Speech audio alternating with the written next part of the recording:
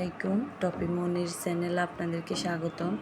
আজকে আমি আপনাদেরকে কাঁঠালের রস দিয়ে পিঠার রেসিপি দেখাবো। তো আমি কাঁঠালের রসগুলো চালনি দিয়ে চেলে নিলাম এবং তার মধ্যে আটা দিয়ে দিলাম। আটা দিয়ে কিছুক্ষণ মেখে নিচ্ছি। ভালো করে মেখে নেওয়ার পরে আমি এখন দিয়ে দিব চাউলের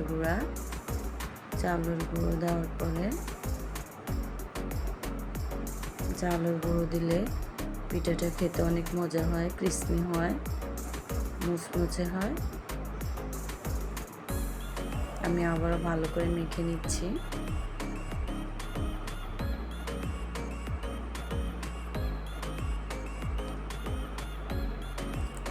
একটু ভালো করে মথে নিলে আটাটা খুব সফট হবে। এখন আমি অ্যাড করে দিচ্ছি নারকেল কোরানো।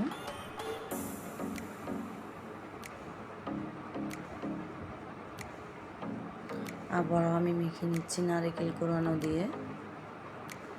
আমি কিন্তু এখানে কোনো ডিম ইউজ করি নাই।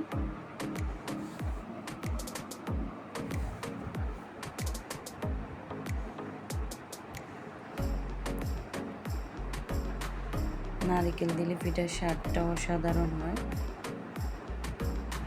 এখন আমি অ্যাড করে দিচ্ছি লবণ। তারপরে আমি অ্যাড করে দিচ্ছি চিনি। কাঁঠাল মিষ্টি হয় তাই আমি অল্প চিনি দিলাম। আপনারা আপনাদের স্বাদ মতো যে পরিমাণ মিষ্টি পছন্দ করেন সেই পরিমাণে মিষ্টি দিবেন।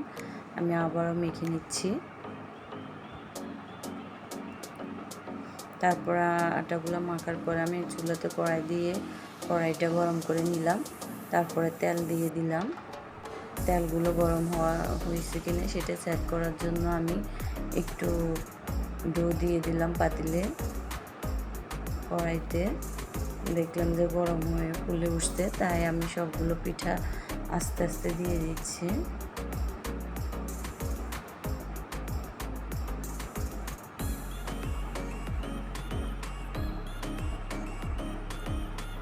আমি আবারও আপনাদের সাথে শেয়ার করছি, দেখিয়ে দিচ্ছি। পিঠাগুলো যখন আপনি আস্তে আস্তে দিবেন, একটু হাত ধুয়ে নেবেন। বারবার হাত ধুয়ে নিলে পিঠাগুলো আর হাতে লাগে না, তখন সুন্দর মতো কড়াইতে যায়, গায়েও পড়বে না। এখন আমি আস্তে আস্তে আবার উল্টে পাল্টে দিচ্ছি। ব্রাউন কালার আসা পর্যন্ত আমি অপেক্ষা করব। আমি নেড়ে ছেড়ে দিলাম। আস্তে আস্তে দেখেন মাশাআল্লাহ পিঠাগুলো অনেক ফুলছে। আমি কোনো ডিমই ইউজ করি নাই। তারপরে মাশাআল্লাহ পিঠাগুলো অনেক সুন্দর হয়েছে। এইভাবে বানিয়ে খেয়ে দেখবেন কেমন লাগে, অবশ্যই আমাকে কমেন্ট করে বলবেন। এবং রেসিপিটা ভালো লাগলে লাইক, কমেন্ট, সাবস্ক্রাইব করে দিবেন।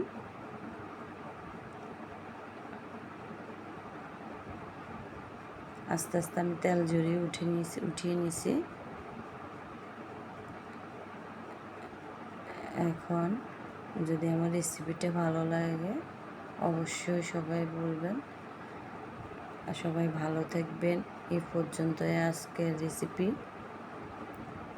সবাই ভালো থাকবেন। আল্লাহ হাফিজ।